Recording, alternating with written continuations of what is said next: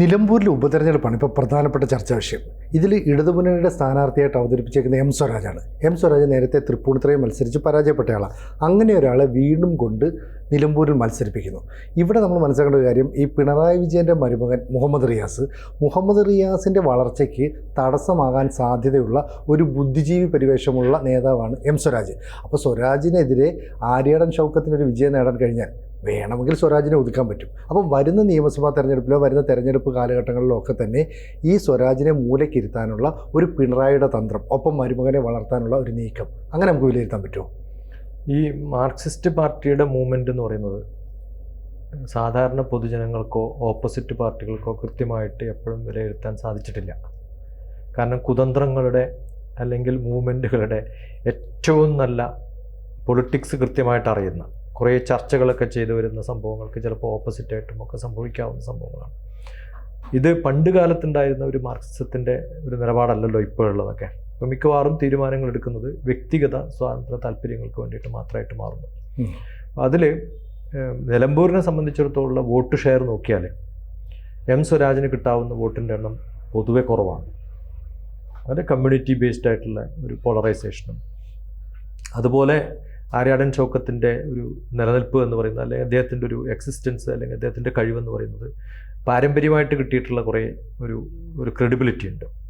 അതുപോലെ യൂത്ത് എന്ന് പറയുന്നതിൻ്റെ ഒരു ഫോക്കസ്, ഈ നിലമ്പൂരുകാരനാണ് എന്ന് പറഞ്ഞാലും അവിടെ ആക്ടിവിറ്റി ഇല്ലാത്തതുകൊണ്ട് ഇപ്പോൾ കൊണ്ടുപോയതുകൊണ്ട് അദ്ദേഹത്തിന് പല മീഡിയകളും അദ്ദേഹത്തെ സപ്പോർട്ട് ചെയ്ത് അദ്ദേഹത്തിന് ഒരു കൃഷിക്കാരൻ്റെ ഒരു ഇതുണ്ട്, ഒരു തോട്ടമുണ്ട്, തോട്ടത്തിലെല്ലാ കൃഷികളും ഉണ്ട് എന്നൊക്കെ പറഞ്ഞിട്ടൊക്കെ പ്രൊജക്റ്റ് ചെയ്യുകയാണെങ്കിലും അവിടെ ജനിച്ചു വളർന്ന അവരുടെ ജനങ്ങൾക്ക് ഇത്രയും കാലം ഇടപെടാത്ത ഒരാൾ വന്നു എന്നുള്ളതാണ്. പിന്നെ ഇങ്ങനെ ഇരിക്കുമ്പോൾ എന്തിനാണ് മാർക്സിസ്റ്റുകാർ തോക്കുമെന്ന് ഉറപ്പുള്ള ഒരാളെ എന്നാണ് ജനങ്ങൾ പറയുന്നത്.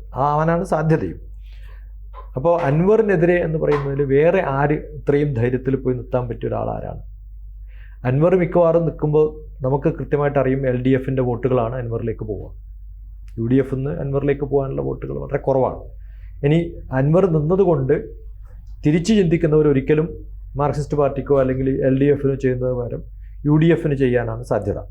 ഇത് രണ്ടിലും പെടാത്ത BJPയുടെ കാൻഡിഡേറ്റ് നല്ലൊരു സെലക്ഷനായിരുന്നു, പക്ഷേ ചിലപ്പോൾ അബദ്ധം ചെയ്തു എന്ന് വേണമെങ്കിൽ പറയാം. അപ്പോൾ ഇതിൽ നോക്കുമ്പം ഏറ്റവും മുൻതൂക്കം ഉള്ളത് പെർസെൻറ്റേജ് നോക്കുന്ന സമയത്ത് ഒരു 60-40-30-10 എന്നൊക്കെ പറഞ്ഞ തരത്തിൽ പോകാനുള്ള സാധ്യതയെ നമുക്ക് കാണാൻ സാധിക്കുള്ളൂ. അപ്പോൾ വളരെ ഷുവർ സീറ്റാണെങ്കിൽ ഈ കാൻഡിഡേറ്റിനെ കൊണ്ട് നിർത്തുമോ എന്നുള്ളൊരു ചോദ്യമുണ്ട്.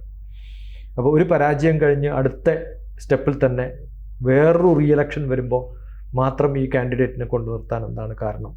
ഇതൊക്കെ ആലോചിക്കുന്ന സമയത്ത് പൊളിറ്റിക്സിൽ ഉണ്ടാവുന്ന ചെറിയ ചെറിയ സ്വാർത്ഥ താല്പര്യങ്ങളെ പോസിറ്റീവായിട്ട് മാറ്റാനും അല്ലെങ്കിൽ പറ്റുകയാണെങ്കിൽ അതൊരു പകതീർക്കലാക്കാനും ഒക്കെയുള്ള സാധ്യതകളുണ്ടെന്നാണ് തോന്നുന്നത്. പിന്നെ മച്യൂരിറ്റിയും വളരെ ശാന്ത സ്വഭാവത്തോടും കൂടിയൊക്കെ സംസാരിക്കാൻ ഇപ്പോൾ ശ്രമിക്കുന്നുണ്ടെങ്കിലും അങ്ങനെയാണ് എന്ന് നമുക്ക് ഉറപ്പൊന്നുമില്ലല്ലോ. അതെ, പലരും അങ്ങനെയാണ്. ഇലക്ഷൻ വരുന്ന സമയത്ത് കാണുന്ന മുഖങ്ങളൊന്നുമല്ല ഇലക്ഷൻ കഴിയുമ്പോൾ ഉണ്ടാവുന്നത്. അപ്പോൾ അങ്ങനെ വരുന്ന സമയത്ത് LDFൻ്റെ കുറേ വോട്ടുകൾ അൻവർ എന്ന വ്യക്തിക്ക് ഇപ്പോഴും പോകുമ്പോഴും, കാരണം അങ്ങനെയായിരുന്നു അവരെ പ്രൊജക്റ്റ് ചെയ്തതും കാണിച്ചതുമൊക്കെ, മിക്കവാറും വലിയൊരു നെഗറ്റീവായിട്ട് അടിക്കാനാണ് സാധ്യത LDFന് എന്നാണ് തോന്നുന്നത്. ഇപ്പോൾ ഈ പറഞ്ഞ ഈ വാക്കുകൾ എങ്ങനെ ഉപയോഗിക്കുന്ന തരത്തിൽ, കാരണം ഈ ഇലക്ഷൻ സമയത്തിന് മുമ്പ് കുറച്ചുകൂടെ മുമ്പ് പറയുന്നത് ഈ പിണറായിക്ക് വേണ്ടിയിട്ട് ഈ VS അച്യുതാനന്ദൻ എന്ന് പറയുന്ന നേതാവിനെ ക്യാപിറ്റൽ പനിഷ്മെൻറ്റ് നടത്തണമെന്ന് ഒരു സംസ്ഥാന സമ്മേളന വേദിയിൽ പ്രസംഗിച്ച ആളെന്നുള്ള ആരോപണമുള്ള ആളാണ് സ്വരാജ്. മാത്രമല്ല ഈ സ്വരാജ് എന്ന് പറയുന്നത് മുഹമ്മദ് റിയാസ് എന്ന് പറയുന്ന സമകാലികനായ നേതാവിനേക്കാൾ കഴിവുള്ള, അല്ലെ പ്രസംഗിക്കാൻ കഴിവുള്ള, വായിക്കാനും എഴുതാനും ഒക്കെ കഴിവുള്ള ഒരു നേതാവ് എന്നുള്ളൊരു ഇമേജ് ഉണ്ട്. ഒപ്പം സംസ്ഥാന സെക്രട്ടേറിയറ്റ് അംഗമാണ്. അപ്പോൾ CPMൻ്റെ സംസ്ഥാന സെക്രട്ടേറിയറ്റ് അംഗത്തെ കൊണ്ട് നിലമ്പൂരിൽ മത്സരിപ്പിക്കുക എന്ന് പറഞ്ഞാൽ സംസ്ഥാന സെക്രട്ടറി മത്സരിക്കുന്നതിന് തുല്യമാണ്. അങ്ങനെ ഒരാളെ അവിടെ തോൽപ്പിക്കാനാണ് പിണറായി ഈ തന്ത്രം മെനയുന്നത്. അങ്ങനെയാണോ വിലയിരുത്താൻ പറ്റുക? അപ്പോൾ അല്ല, അതുകൊണ്ടാണ് ഞാൻ പറഞ്ഞത്, ഒരു ബൈ ഇലക്ഷന് മത്സരിപ്പിക്കുക എന്ന് പറയുന്ന സമയത്ത് സാധാരണഗതിയിൽ ചെയ്യാത്തൊരു സംഭവമാണ്. ഒരു സീനിയർ ആയിട്ടുള്ള ലീഡർ പോയിട്ട് നാളെ ഏതെങ്കിലും ഒരു ഇലക്ഷൻ വന്നു കഴിഞ്ഞാൽ സീനിയർ ആയിട്ടുള്ള ലീഡർ ബൈ ഇലക്ഷന് പോയിട്ട് മത്സരിക്കാറുണ്ടോ? അത് ഒരു വർഷം മാത്രം, 1 വർഷം 8 മാസം മാത്രം ആക്കിയിരിക്കുന്ന സമയത്ത് ഏതെങ്കിലും കാര്യത്തിൽ പിണറായി വിജയൻ പോയി മത്സരിക്കും? അതുകൊണ്ട് മുഹമ്മദ് റിയാസിനെ ഏതെങ്കിലും ബൈ ഇലക്ഷൻ മത്സരിപ്പിക്കുമോ? ഷുവർ സീറ്റ് ആണെങ്കിൽ പോലും ചെയ്യില്ല എന്ന് ഉറപ്പാണ്. അപ്പോൾ നമുക്ക് ഒരു കാൻഡിഡേറ്റിനെ ഇടുന്ന സമയത്ത് തീരുമാനിക്കും ഏത് തരത്തിലുള്ള ആളൊക്കെയാണ് ഉണ്ടാകുന്നത്. വളരെ വ്യക്തമാണെന്നാണ് എനിക്ക് തോന്നുന്നത്. അത് മനസ്സിലാക്കാനുള്ള ബുദ്ധിയും കഴിവും ഉണ്ടോ ജനങ്ങൾക്കെന്ന് ചോദിച്ചാൽ അത് എന്തുകൊണ്ടാണ് ഈ കാൻഡിഡേറ്റ് ആയ ആ ദിവസം മുതൽ ഡിസ്കഷൻ വരാതെ കുറച്ചു കാലം കഴിഞ്ഞ് വരുന്നതെന്ന് പറഞ്ഞാൽ എന്തോ കുതന്ത്രങ്ങളുടെ ഭാഗമാണത് പിന്നെയാണ് മനസ്സിലാക്കിയതെന്ന് തോന്നേണ്ട കാര്യമുള്ളൂ.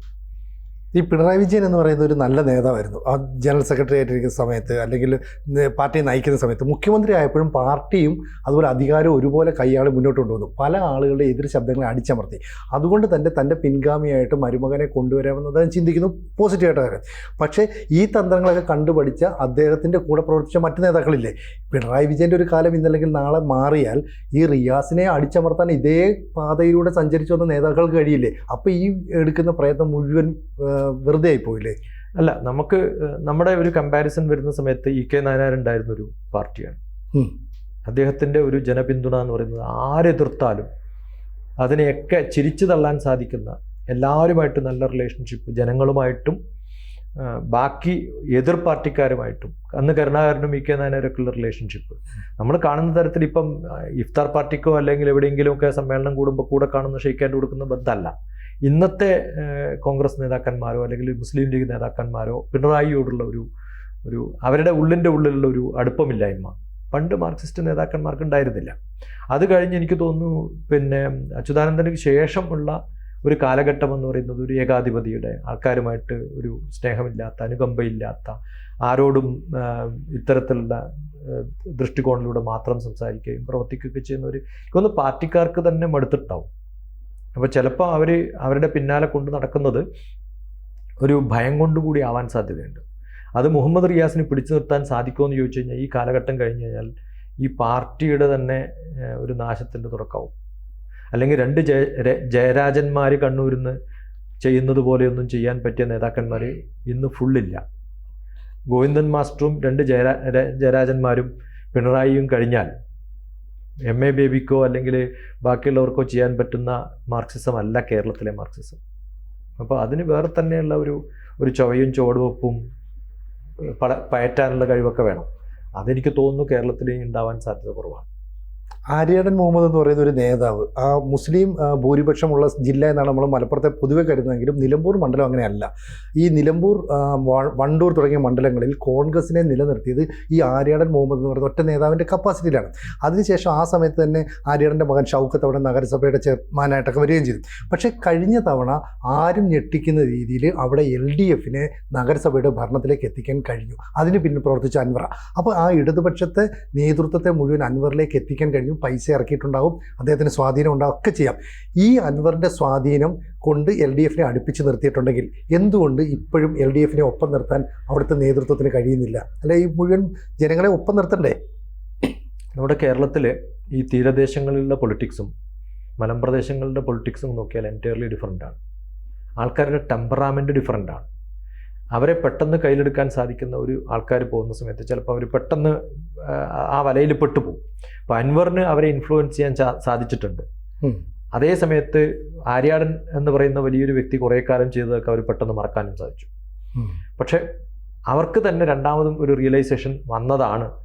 അല്ലെങ്കിൽ അൻവർ ഇപ്പം പിന്നെയും രണ്ടാമതും ഫുൾ സപ്പോർട്ടോടുകൂടി തിരഞ്ഞെടുക്കാനുള്ള യോഗ്യതയൊക്കെ ഉണ്ടെങ്കിൽ ഉറപ്പായിട്ടും UDF അൻവറിനെ തന്നെ കാൻഡിഡേറ്റായി എടുക്കാനുള്ളൊരു സ്വഭാവമെങ്കിലും കാണിച്ചേനെ. കാരണം അതിനേക്കാളും വലിയൊരു പൊസിഷൻ ഷൗക്കത്തിന് കൊടുക്കാം എന്നൊരു വാക്ക് കൊടുത്താൽ ഷൗക്കത്തിന് ചിലപ്പോൾ ഒഴിഞ്ഞു നിൽക്കാനൊക്കെ സാധിക്കുമായിരിക്കും. പക്ഷെ അങ്ങനൊരു എഫേർട്ട് പോലും, അങ്ങനൊരു താല്പര്യം പോലും കോൺഗ്രസിൽ നിന്നുണ്ടായിട്ടില്ല, അല്ലെങ്കിൽ UDFൽ നിന്നുണ്ടായിട്ടില്ല എന്ന് കാരണം ജനങ്ങൾക്ക് അൻവറിനെ തിരിച്ചറിയാൻ സാധിച്ചു. അതുകൊണ്ട് ഗുണമില്ല എന്ന് മനസ്സിലാക്കി എന്നുള്ളത് കൊണ്ടാണ്.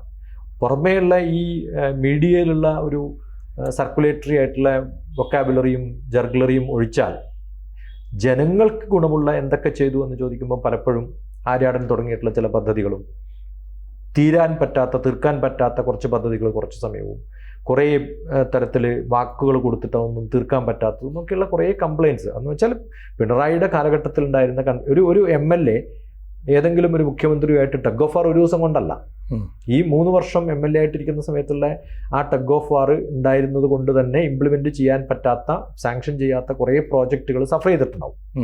കാരണം പിണറായി വിജയൻ എല്ലാ സപ്പോർട്ടും കൊടുത്തിട്ട് എല്ലാ പ്രോജക്റ്റുകളും ആ കോൺസ്റ്റിറ്റ്യുവൻസിയിൽ ചെയ്തിരുന്നു എന്ന് വിചാരിക്കുക. ക്രെഡിറ്റ് ആർക്കാ പോവുക? അൻവറിനാ പോവുക. ലോക്കലി ആ MLA ആണല്ലോ ഇതൊക്കെ ഇംപ്ലിമെൻറ്റ് ചെയ്യുന്നത്. അപ്പോൾ അങ്ങനെ കൊടുക്കാൻ തയ്യാറല്ലാതെ കുറച്ച് കാലം ഉണ്ടായിട്ടുണ്ടാവും. അപ്പോൾ ഉറപ്പായിട്ടും നമുക്കറിയാം പിണറായി വിജയൻ്റെ കാലഘട്ടത്തിൽ നിലമ്പൂരിന് വലിയ സംഭാവനയൊന്നും കൊടുത്തിട്ടില്ല എന്ന്. അപ്പോൾ ചിന്തിക്കേണ്ടത് എന്താണ്? അടുത്ത ഓപ്ഷൻ എന്ന് പറയുന്നത് UDFന് കൊടുക്കുക എന്നുള്ളതാണ്. അതുകൊണ്ട് ഷൗക്കത്തിന് പഴയ ഒരു ട്രഡീഷൻ ഉണ്ട്, അടുത്ത കാലത്ത് ഉണ്ടായിരുന്ന ഒരു നോൺ ഇൻകംബൻസി ആയിട്ടുള്ള പ്രോബ്ലങ്ങളും ഒക്കെ ഉണ്ടാവാനുള്ള സാധ്യതയുള്ളത് കൊണ്ട് ഷൗക്കത്തിന് വളരെ എഫക്റ്റീവായിട്ട് അങ്ങനെ ഒരു പ്രാവശ്യം ജയിച്ചാൽ കണ്ടിന്യൂസ് ആയിട്ട് ഇനി ഉണ്ടാവാനുള്ള സാധ്യത, കാരണം അങ്ങനെയായിരുന്നു ആര്യാടൻ്റെ ഒരു ട്രഡീഷൻ, അതുപോലെ ആവാനുള്ള സാധ്യതകളുണ്ടെന്നാണ് തോന്നുന്നത്. ഈ ഷൗക്കത്തിനെതിരെ ഉയർന്നൊരു ആരോപണം അദ്ദേഹം സമുദായത്തിനെതിരായ നിലപാടുള്ള സിനിമകൾ എടുത്തിട്ടുള്ള ഒരു വ്യക്തിയാണ്. അവാർഡൊക്കെ കിട്ടിയിട്ടുണ്ട്, ദേശീയ തലത്തിൽ അംഗീകാരം കിട്ടിയിട്ടുണ്ട്. അങ്ങനെയുള്ള ഒരു നേതാവിനെ വീണ്ടും അവിടെ അവതരിപ്പിക്കുമ്പോൾ നെഗറ്റീവ് ഫാക്ടർ ഉണ്ടാകും. പിന്നെ സാർ നേരത്തെ പറഞ്ഞതുപോലെ കൂടുതൽ വലിയ പൊസിഷൻ കൊടുക്കാമെന്നൊരു വാഗ്ദാനം ഈ ആര്യാടൻ മുഹമ്മദിൻ്റെ പിൻഗാമി എന്ന നിലയിൽ ഷൗക്കത്ത് ഏറ്റവും കൂടുതൽ ആഗ്രഹിച്ച് മലപ്പുറത്തെ DCC പ്രസിഡന്റ് സ്ഥാനമാണ്. അത് സ്വപ്നം കാണുകയും ചെയ്തു, പക്ഷേ അത് കൊടുത്തില്ല, അതിനെ വെട്ടിമാറ്റി. അങ്ങനെയുള്ള ഒരു ആര്യാടന് ഇനി അവിടെ നിൽക്കണമെങ്കിൽ, അതായത് ഷൗക്കത്തിന് അവിടെ പിടിച്ചു നിൽക്കണമെങ്കിൽ അവിടെ ഒരു MLA ജനപ്രതിനിധി ആയേ പറ്റുള്ളൂ. ഇനി അടുത്ത ഘട്ടം എന്ന് പറയുന്നത് UDF വേണ്ടിയിട്ട് VD സതീശൻ പറയുകയാണ് ജമാഅത്ത് ഇസ്ലാമി നിലപാടൊക്കെ മാറ്റി ഇപ്പം രാജ്യത്തിന് വേണ്ടിയിട്ട് നിൽക്കുന്നു, ജനങ്ങൾക്ക് വേണ്ടി നിൽക്കുന്നു എന്നൊക്കെ പറഞ്ഞിട്ട് അതിനകത്തൊരു കൊളങ്കൽക്കൽ നടപടിയും സ്വീകരിക്കും. അപ്പോൾ ആര്യാടൻ ഷൗക്കത്തിനെ തോൽപ്പിക്കാൻ കോൺഗ്രസ്സുകാർ UDF തന്നെ പ്രവർത്തിക്കുന്നതിലൂടെ അല്ല, അത് ഇപ്പം ആര്യാടൻ ഷൗക്കത്ത് തോറ്റാൽ പ്രദേശ് കോൺഗ്രസ് കമ്മിറ്റിക്ക് തന്നെ വലിയൊരു എഫക്റ്റ് വരും.